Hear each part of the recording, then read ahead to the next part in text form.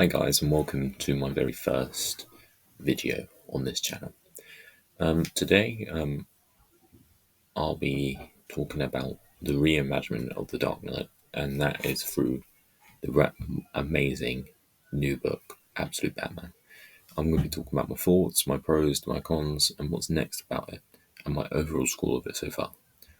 So let's get into the video. So this came out in 2024, October 2024, published by DC, writer Scott Snyder, perfect writer. If you haven't read any New 52 Batman stuff, well, the main title anyway, great way to get into Scott Snyder's work. Artist Nick Dragota, I haven't seen any of his work other than his book. I absolutely love it. Part of the AU universe, so the Absolute Universe. So currently there is 6 titles, which are Absolute Batman, Absolute Superman, Wonder Woman, Martian Manhunter, Green Lantern, and The Flash. So hopefully we could get a Justice League one day, which would be really cool to see. But let's work on the Trinity before we do that.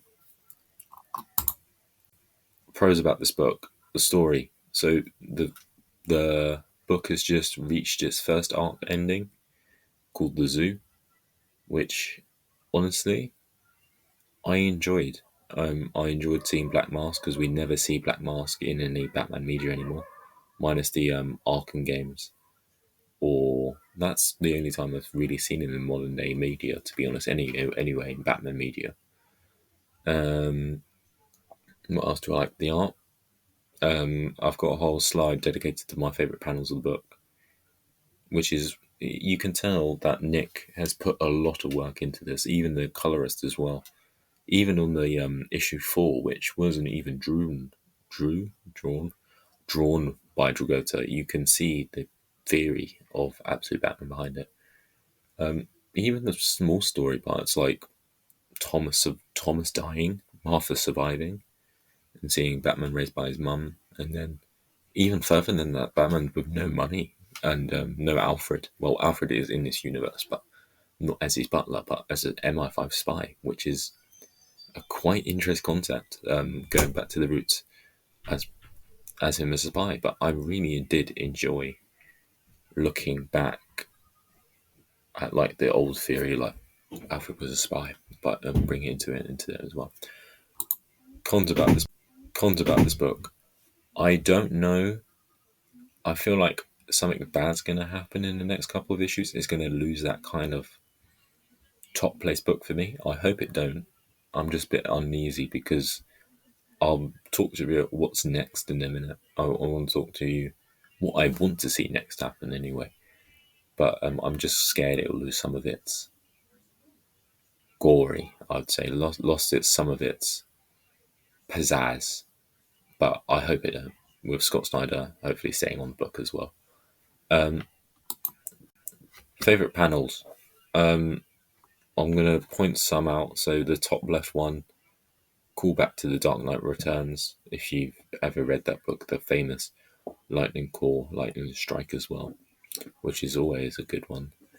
I forgot to mention this on the pros as well, but Batman has been totally reimagined in this book, and then the same of the AU universe anyway.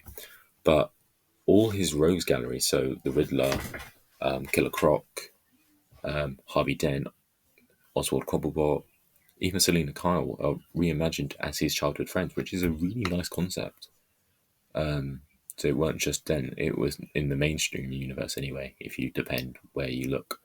But it's everywhere, and they're all their friends, which is a nice touching panels in, I think, book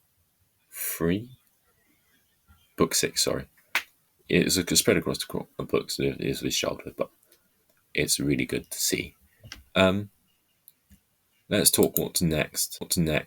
So the main antagonist of the Zoo was Black Mask, which is, like I said, you never see him anymore in modern day comics. And then the Joker was rumored too. I'm not going to show any of the Joker panels. I think that will get me my first strike on YouTube, and I don't ideally want that to happen. But he's more twisted in this universe. but he's rich. He's a rich guy. He's in the Forbes Like 50. But in the end of book 6, there's something utterly disturbing, and I'll recommend you to read that and look at the ending of that book because it's actually disturbing. So what's next? So there's Bane. Bane in this universe is going to be hulky as fuck. He's going to be like he looks like a really beefed up, because Batman's around like 6'5" in this universe. So what would Bane be, like 7'11" or something? And then onto the right of the screen, you've got Mr. Freeze, which is, he honestly looks like an Enderman. He honestly looks so scary. And I think that's what Scott Snyder's vision is, to make all the villains somewhat creepy. Apparently Scarecrow is coming soon, but no clue when that's going to come out. But I'm excited to see what Scott Snyder's and Nick Dragotta's vision of the Batman rogues are. Are we going to see his childhood rogues become his villains? That would be a nice concept. But we would have to wait and see. It's still early doors on this book. Overall, 8 out of 10. I'm putting it at 8 because it's a good book, don't get me wrong. But fundamentally, we need to see where it goes. So I'm not going to do anything until the new issue that comes out. I think the time recording this is a Saturday, so it should come out the new comic book day for Wednesday. And I'll come back when that arc is finished and I can tell you, was it good or not. But I hope you've enjoyed this short but very first video on my YouTube channel. And I hope you come back, like, comment, subscribe, do whatever. But I hope you've enjoyed this video. And that's it, me signing out for the day.